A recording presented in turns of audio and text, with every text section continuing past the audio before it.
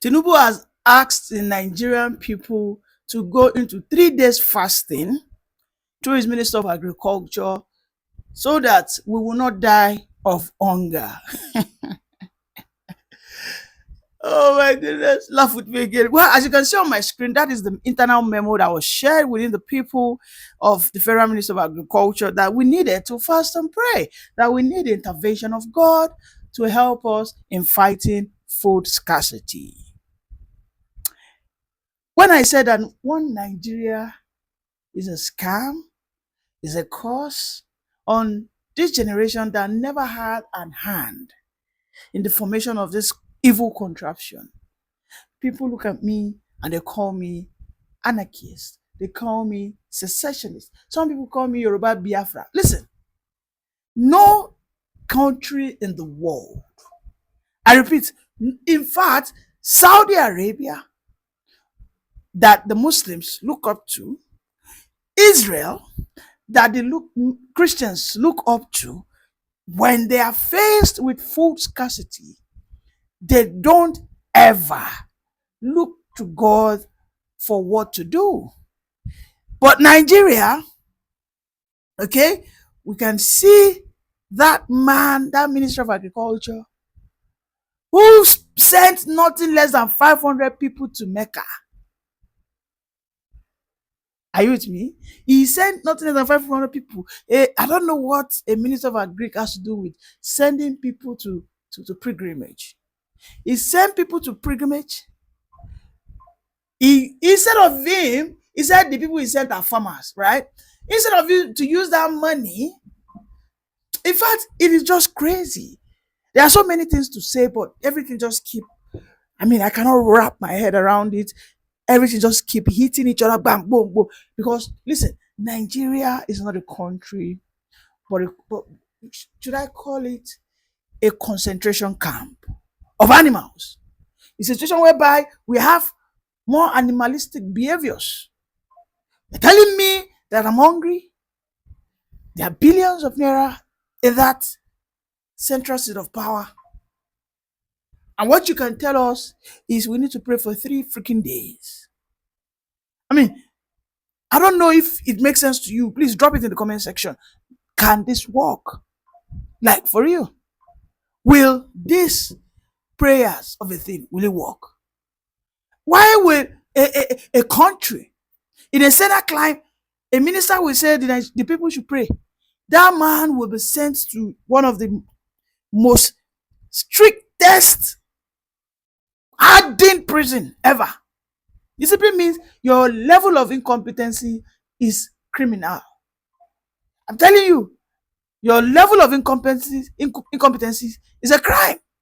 Because how on this freaking earth will you come out, send an internal memo with the Nigeria badge on that letter, telling your fellow people, civil servant, having the temerity to publish it?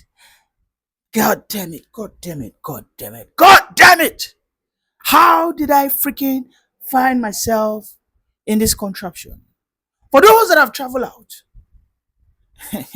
I know you've not heard this, but they told us to drop our hoe and cutlass. They said, drop your tractors. Okay? Go and pray and fast. When you do, food will miraculously sprout out of the floor. Madness. When I mean madness, this is madness at the highest stage that you can think of. I don't know what to say. A young guy, a northern guy that we thought he would be reasonable. You see, when I said that religion is the opium of Nigerians, many people think that I am always against religion.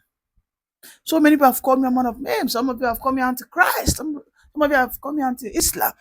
Listen, I said Israel and Saudi Arabia, that all the religious people look up to, will not tell their people to go and fast and pray because there's food scarcity.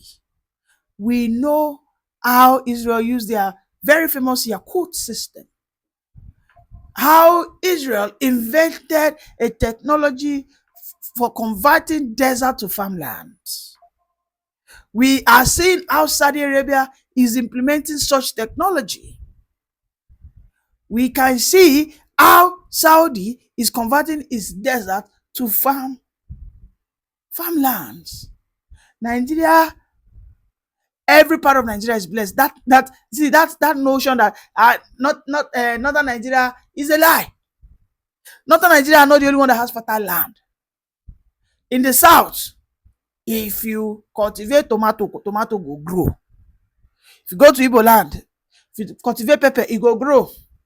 If you come to Lagos, come to your southwest, if you plant tomatoes, plant okra, plant yam, plant cassava, plant sweet potato, plant Irish potato, plant everything under the right conditions, it will grow.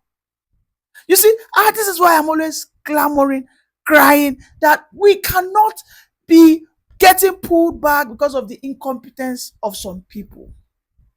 When a southern guy was in that very position, Akinwumi, when he was there, when he was the Minister of Agric, Nigeria was flowing in bountiful of harvest. Rice, a bag of rice was a little bit above 7,000.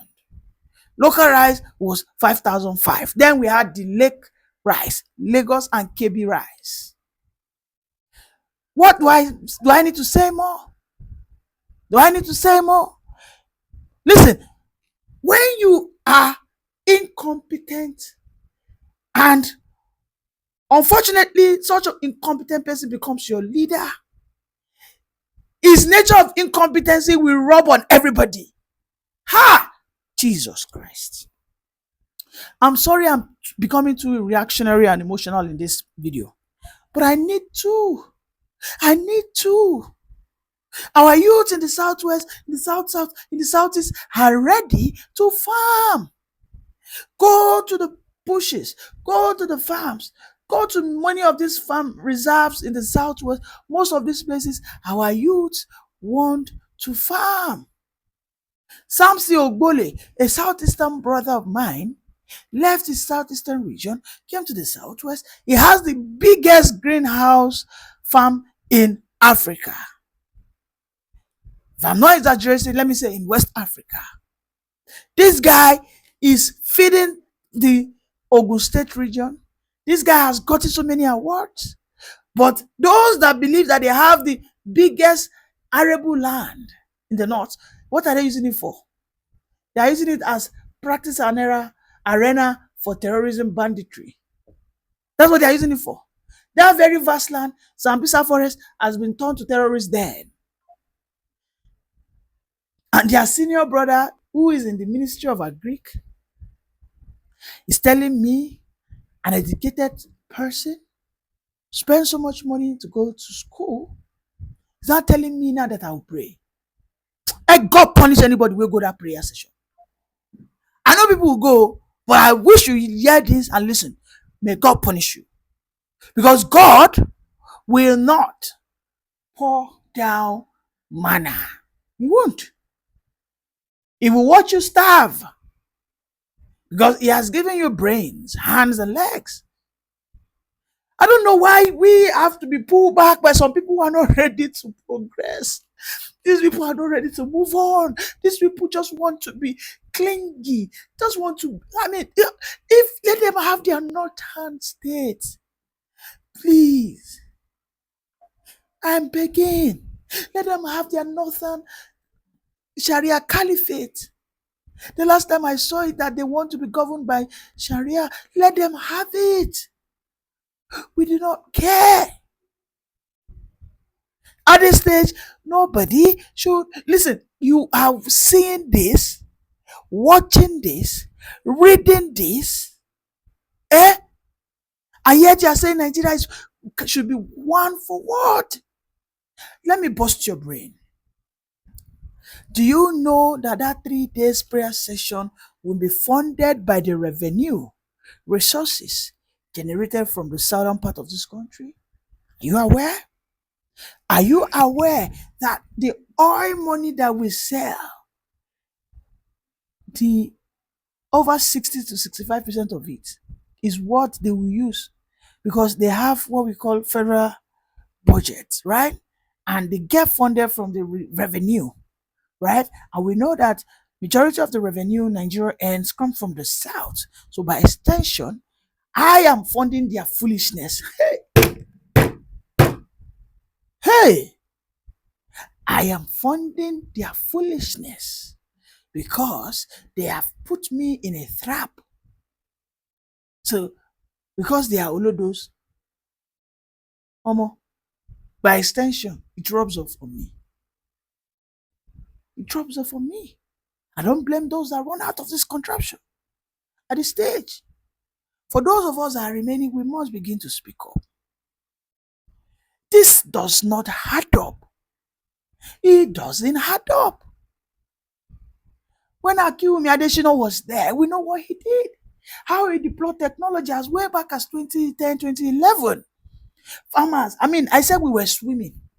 We were swimming in God, in surplus of food. Everybody they job. Akiwumi Adesina did not tell Nigerians go and pray. He never did. In fact, during his tenure as the Minister of Agric, Adesina, we had that very famous flood. Within a couple of 1 week, Adesina, they were able to compensate because every farmer had a tag, had a phone, direct access to the ministry. There was proper farm financing.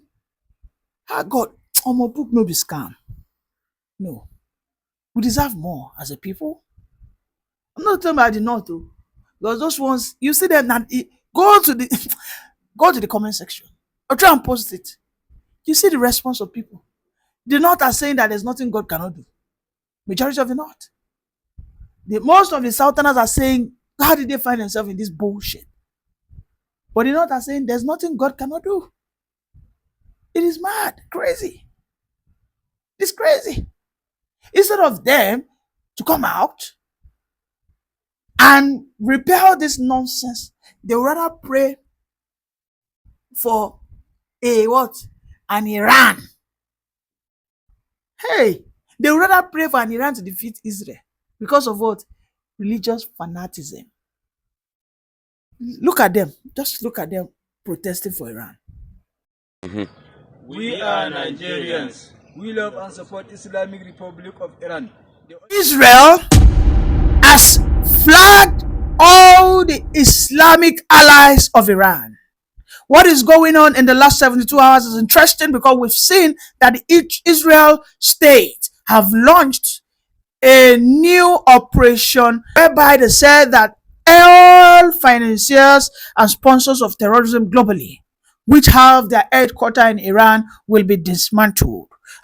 Is it not surprising that we are now seeing so many of our northern leaders and Fulani oligarchs, all of them are beating the drum of support for Iran, praying to their God that Iran should have and grow the capacity to burn Israel down.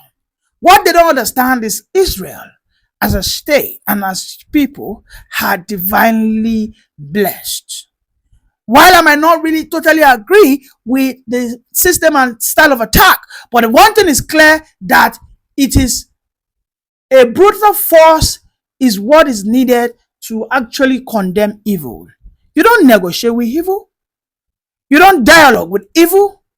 When a person or when a country are hell-bent to ensure that every people around the corner of this world gets converted to a religion forcefully through terrorism, through enforcing fear in people, then of course we must begin to side with the people of Israel.